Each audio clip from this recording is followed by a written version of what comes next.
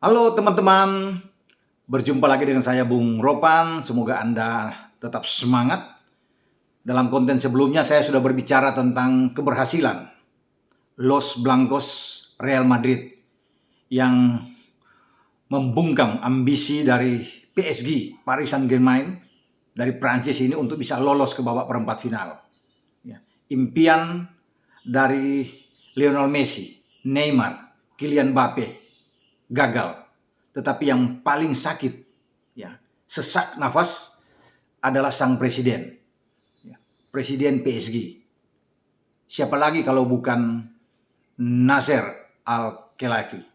Sejak ia membawa Qatar Investment Sport ke dalam manajemen PSG sejak 2011. Berarti ada 11 musim terakhir PSG itu tidak mampu mewujudkan impian, mimpi dari seorang Al-Khelaifi, termasuk pada Kamis dini hari ketika harapan besar ada di depan mata bagi Kylian Mbappe dan kawan-kawan. Menang di leg pertama di Paris, di Parc des Princes 1-0. Unggul 1-0 di babak pertama di Santiago Bernabeu. Namun dimusnahkan juga oleh pemain tim nasional Prancis yang bermain di Madrid, Karim Benzema. Saya sudah membahas itu di video saya sebelumnya. Tapi yang saya perlu bicara di sini adalah sosok Al-Khelaifi. Bisa dibayangkan begitu banyak duit yang sudah digelontorkan. Sejak ia masuk bergabung dengan milioner Qatar sebelumnya, Al-Thani. Tetapi sampai saat ini harapan demi harapan itu tidak ada. Pelatih sudah berganti terus. Prestasi di UCL, kasta tertinggi di Eropa yang diidamkan oleh Khelaifi, gagal.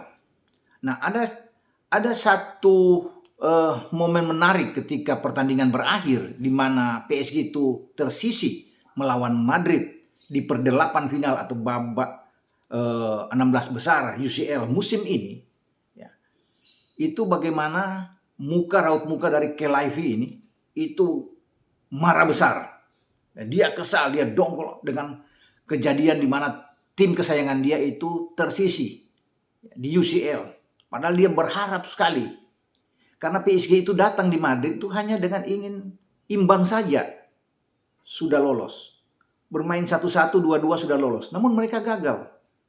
Nah, pada saat terakhir wasit membunyikan peluit tanda berakhir pertandingan, itu bagaimana dia dengan kesal itu dia bisa mengejar. Ini momen yang luar biasa. Khelaifi ini turun masuk di Stadion Santiago Bernabeu mencari wasit yang memimpin pertandingan, Dani Makale. Dani Makale ini wasit asal Belanda yang ditunjuk untuk bisa memimpin duel Madrid melawan PSG.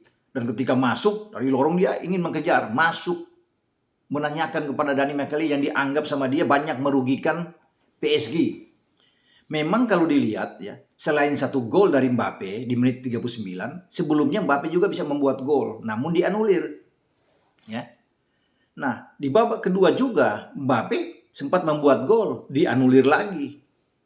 Ini yang menjadi dia agak gusar, menyalahkan wasit Dani Makale ini, menjadi biang kerok di dalam kegagalan PSG.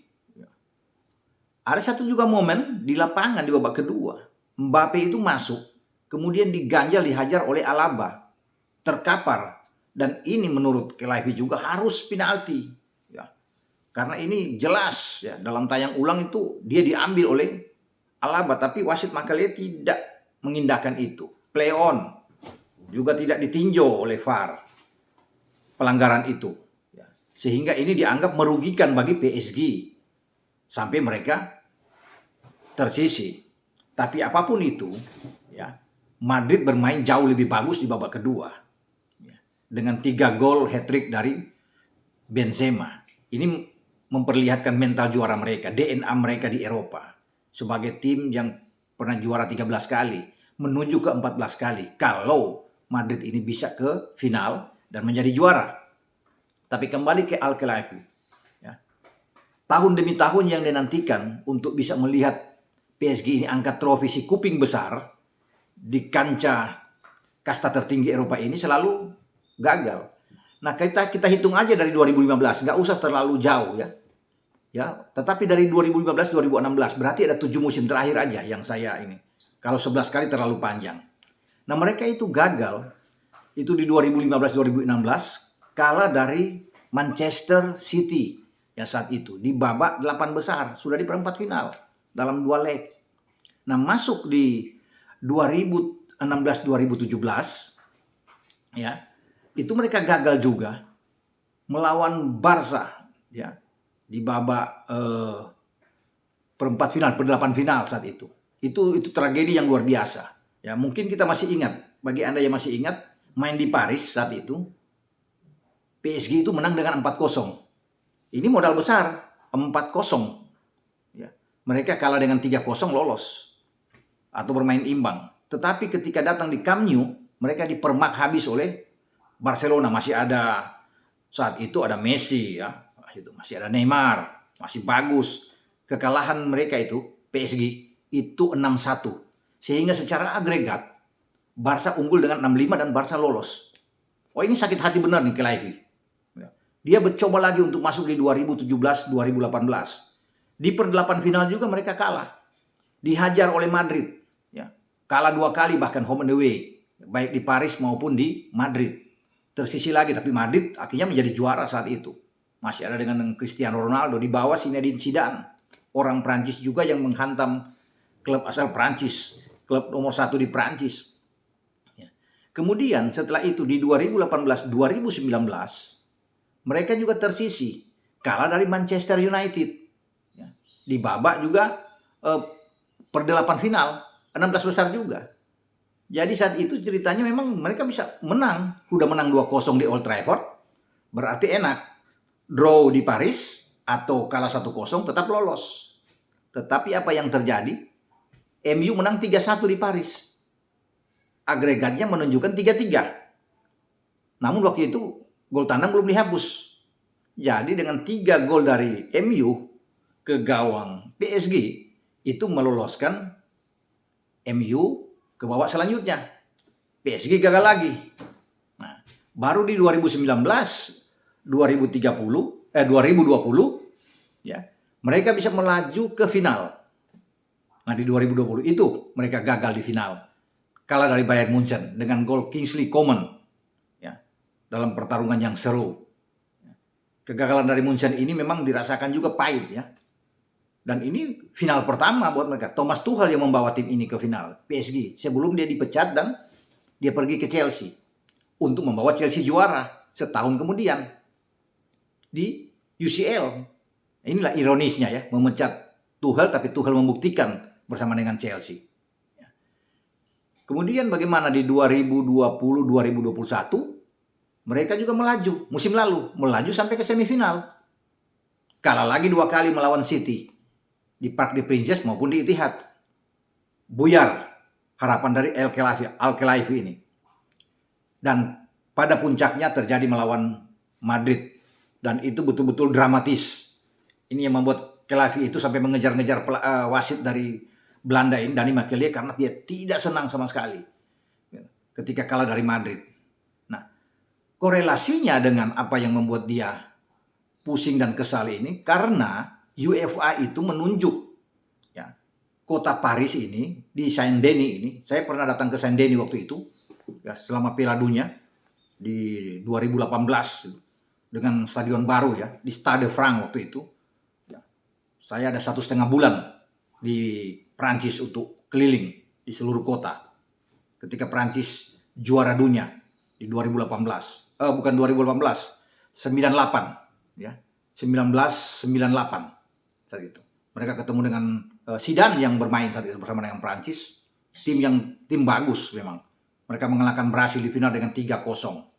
Nah, saya ada di sana dan ini stadion yang masih baru waktu itu. Wah. Stade de France ditunjuk oleh UEFA pada tanggal 28 Mei yang akan datang.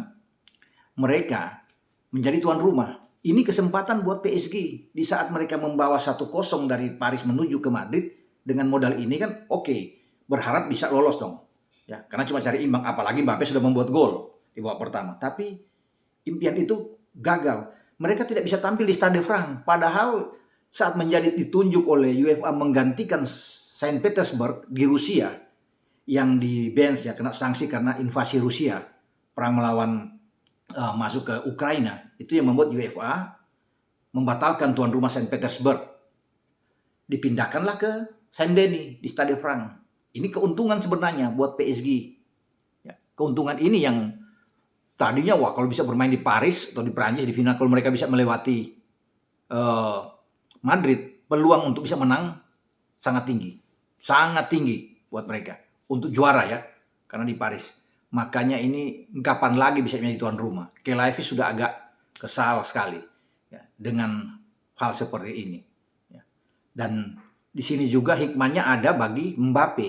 Oke, Mbappe kalah bersama timnya, tetapi Mbappe bisa membuat 2 gol ya, di Paris dan juga di Bernabeu. Dia membuktikan bahwa tidak salah saya dibeli oleh Real Madrid, karena Mbappe ini lagi menunjukkan show dia.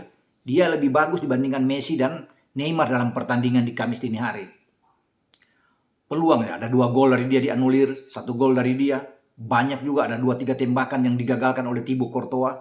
Jadi publik di Santiago Bernabeu, pendukung ya, Madrid ini sudah bisa melihat ini pemain yang cocok kalau ditandemkan dengan Benzema, luar biasa di musim depan. Wah, apalagi dia sudah tidak menandatangani kontrak dengan PSG, dia akan bebas pergi dari Paris Saint-Germain menuju ke Madrid kalau ini terwujud. Karena Madrid sebelumnya pada musim lalu sudah melayangkan 2 kali tawaran dengan nilai yang tinggi. Bahkan mungkin bisa mencapai di atas 3 triliun. Tetapi ditolak oleh PS. Sangat disayangkan. Sekarang sudah bebas. Nggak dapat apa-apa PSG. Kelaifi itu hanya gigit jari. Dan kalau dia bersama dengan Benzema, luar biasa. Madrid akan sangat ditakuti oleh siapapun. Di La Liga mereka bisa ambil beberapa piala semua. Baik di La Liga, ya, Copa del Rey, ya, Super Copa Espanya. Itu mereka bisa rebut kalau dengan 2 pemain ini. Ditopang dengan Vinicius Junior. Ini galak nih tim. Di Eropa bisa mereka merajai lagi. Ya karena baik Benzema maupun dengan Mbappe. Ini dua pemain yang sangat diandalkan oleh Didier Deschamps, pelatih tim nasional Prancis, di mana mereka akan menuju ke Qatar di akhir tahun ini, November dan Desember, di Piala Dunia. Sebagai juara bertahan, di mana Prancis bisa merebut Piala Dunia 2018 di Rusia. Mereka menjadi salah satu kandidat favorit kuat untuk kembali bisa menjadi juara. Dan bisa membayangkan ketika 2 pemain Prancis ini ada di lini depan tim nasional Prancis, kemudian mereka juga bersama-sama bermain bersama dengan Madrid. Jadi bagi Mbappe dia sudah buktikan bahwa dia layak bermain di Madrid. Ini yang kita tunggu. Apakah Madrid bisa mewujudkan itu dan Mbappe akan ke sana, benar. Karena Mbappe sangat merindukan bermain di La Liga. Tentunya bersama dengan Madrid ini. Inilah cerita-cerita tentang yang terjadi dalam pertandingan di Kamis dini hari. Di UCL babak 16 besar melibatkan antara Madrid dan juga PSG. Dan PSG terlempar berharap lagi untuk musim depan. Ini belum tentu juga ya. Kalau saat ini mereka diuntungkan namun mereka gagal ya, di saat mereka sangat diuntungkan dengan kemenangan di kandang, apalagi musim depan masih kita belum tahu bagaimana. Termasuk juga posisi nasib dari Pochettino. Karena saya yakin dan percaya Pochettino akan angkat koper keluar dari PSG. Zidane akan menggantikan dia dan mungkin saja kalau MU bisa bersiap-siap, apakah MU mau mendapatkan Poche yang dipecat untuk bisa menggantikan Ralf Rangnick ya pada bulan Juni yang akan datang. Karena masih ada satu pelatih juga, Erik ten Hag, yang akan dikontrol. Lebih bagus Erik ten Hag saya pikir. Ya. Kalau Poche ini sulit ya, karena dia sudah juga kita lihat baik di Soton, baik di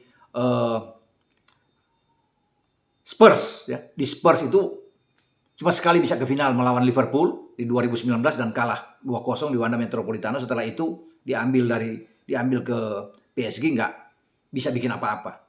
Jadi saya pikir ini pasti Kelaifi, karena kekesalan dia Kelaifi akan pecat. Tinggal tunggu waktu aja bagi Poche ini. Mau besok, lusa, bulan depan, 2 bulan depan, atau di akhir musim. Pasti Poche keluar. Karena musim lalu Poche itu gagal untuk bisa membendung Lille yang bisa menjadi juara. Karena 2 musim berturut-turut juara, kemudian di penghujung PSG kandas, gagal menjadi juara di Ligue 1 Prancis. Lille yang ambil. Nah, ini juga sudah menjadi catatan ya, bahwa posisi Poche tidak akan selamat. Walaupun Leonardo bilang dia masih aman, tetapi saya meyakini Poche akan keluar. Sampai di sini pembicaraan kita tentang Paris Saint-Germain yang bernasib sial di setiap musim kompetisi yang mereka ikuti, dengan semua pemain-pemain bintang yang mereka dapatkan. Ternyata uang bukan segala-galanya. Ya, mau datangkan Neymar, Messi, di sana ada Mbappe juga. Sebelum-sebelumnya juga di yang lalu-lalu ada Zlatan Ibrahimovic, ada David Beckham sudah hadir di sana. Bahkan juga mereka pada musim ini menambah dengan Donnarumma yang membawa Italia juara di Euro 2020. Ada Gini Wijnaldum datang dari Liverpool, ada Sergio Ramos juga yang datang dari Madrid. Semua tidak bisa bikin apa-apa, ya. Walaupun mereka juga sudah punya lebih dulu pemain-pemain seperti Angel Di Maria, tapi nggak mendukung tim ini. Padahal ini klub yang bertabur bintang, tapi sekali lagi tidak menjamin. DNA mereka tidak ada di UCL. Mental mereka tidak ada di UCL. Sampai kita jumpa dalam pembicaraan selanjutnya. Ciao.